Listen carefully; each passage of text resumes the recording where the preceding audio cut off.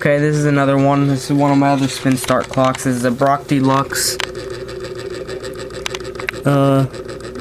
electric clock core, Newark, New Jersey.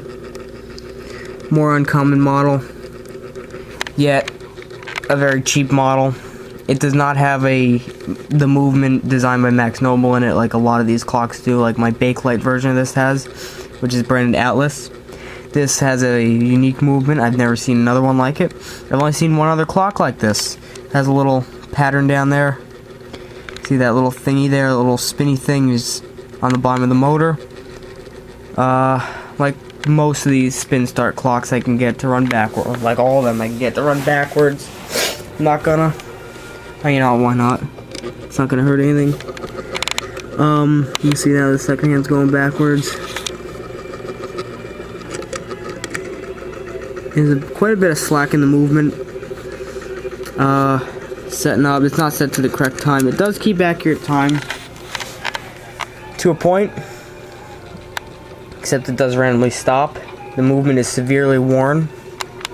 I will eventually get around to fixing it, I hope. Took the two screws out. The cord's very dirty and really thick, and kind of really stiff. So I'll replace the cord if I decide to clean up the clock. Here's the back. I took the screws out.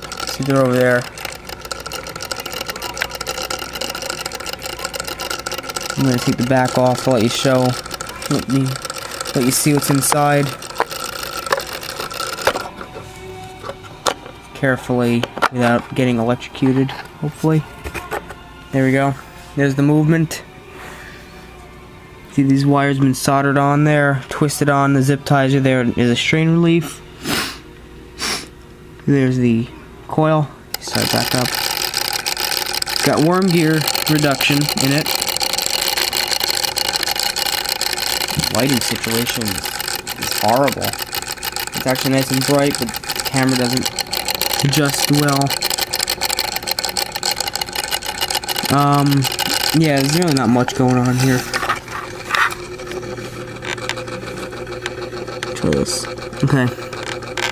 The reduction for this that I can see is the motor is outputting to a worm gear, which is spinning a small fiber gear, which is turning this worm gear up here, which is turning that gear right there, and that one right up there is the second hand. And then another worm gear on that is turning another gear, which is turning yet another worm gear, which is driving the minute hand. And then it looks like it's just a normal reduction after that. It doesn't look like there's any more worm gears. Yeah, solid little case. It's actually a nice little clock.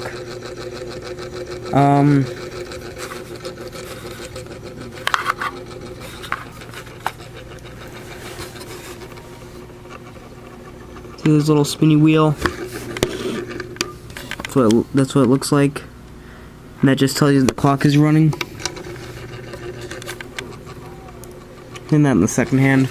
It does keep time while it runs, but when it's not running, it randomly stops. It's pretty noisy. It's got a lot of wear in it. There's a lot of slack in the pivots. As you can see, that's the motor shaft, and that's got a lot of slack in it. That's got a lot of slack in it, but this has a lot of...